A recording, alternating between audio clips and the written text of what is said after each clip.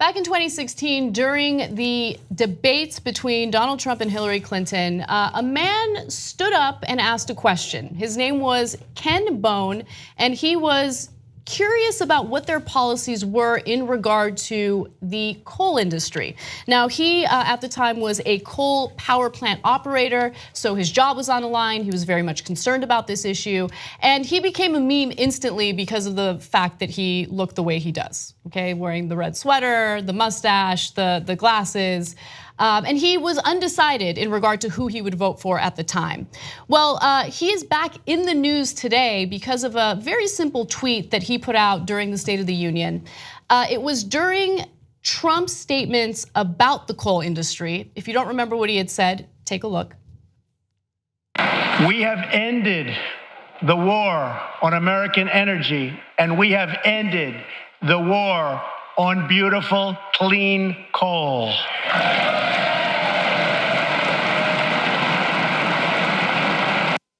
So what does Ken Bone think? As someone who was employed by the coal industry, have things changed? Have we ended this war on beautiful, clean coal?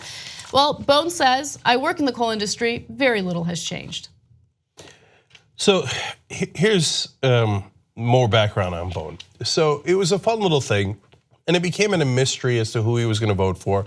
And he would religiously not say, right? And he didn't say during the election, he didn't say after the election. But then people dug into his background. Look, he's a private citizen.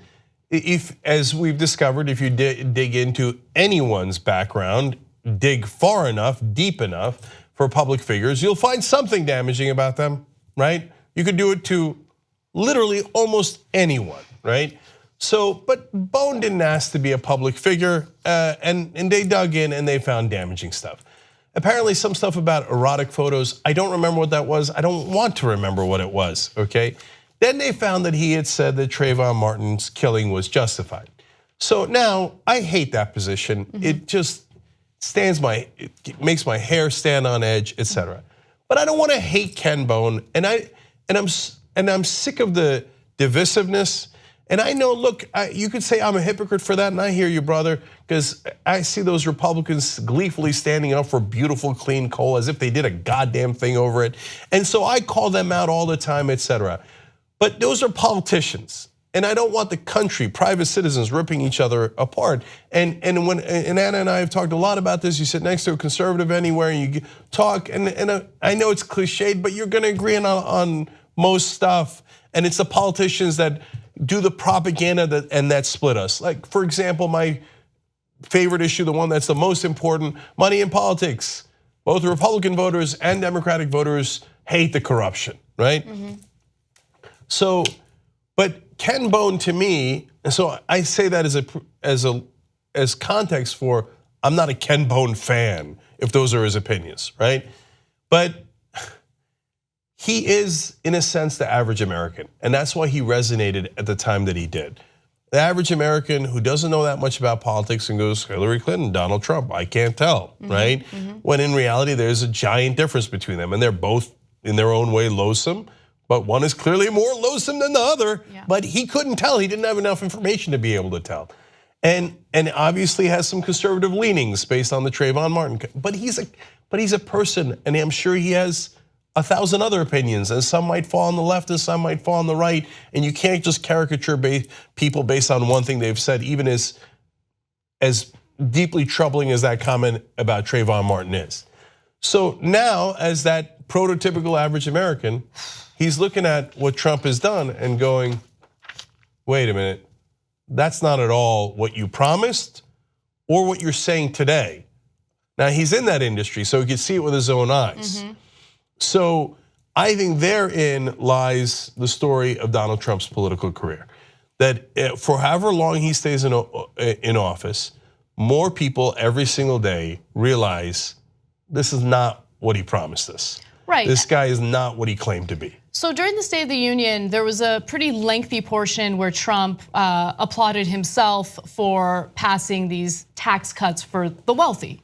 And I thought that it was a poor political strategy, not that he ever really thinks about strategy, but I thought it was a poor political strategy to emphasize that so much because it was such a deeply unpopular bill. And also, Americans are gonna notice that their wages are stagnant. They're gonna notice that their tax cuts will expire while the tax cuts for corporations and the top 1% will be permanent, right? They're gonna notice those things.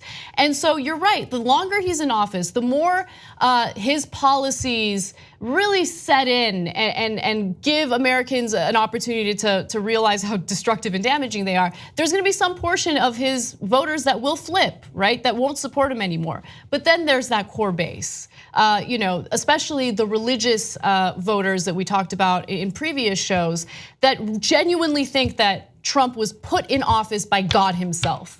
Those people will never flip. It doesn't matter. It doesn't matter if their wages are stagnant. Doesn't matter if they're still having a tough time putting food on the table for their kids. Doesn't matter if they're gonna lose their health care. Doesn't matter if they're gonna lose the government aid that they get because they don't make enough money working a full-time job at a company like Walmart. Doesn't matter, they will continue supporting him, and that's the most devastating part about all of it. Well, final thing here.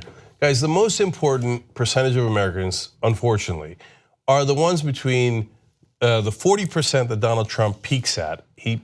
Although in the latest poll he's at a 42, right? And on election day there was a poll that had him at 37. So let's say roughly 40%.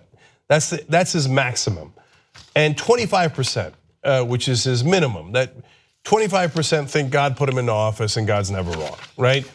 So the difference with that, Ken Bone is in that middle area between 25 and 40%. And that's the difference between Trump staying in office and not staying in office, whether it's through impeachment or the 25th Amendment or the next election. And so losing the Ken Bones of the world does make a difference. It makes a giant difference. And the difference between 40 and 25 is 40 is barely hanging in there, barely hanging in there. 25 is devastating. So the closer it gets to 25, the closer it gets to leaving office. That's why stories like this are important. If you become a member of the Young Turks, you'll be saying, you know, I'm like a smart person. So do it right now, tytnetwork.com/join. Get the whole Young Turks show every day.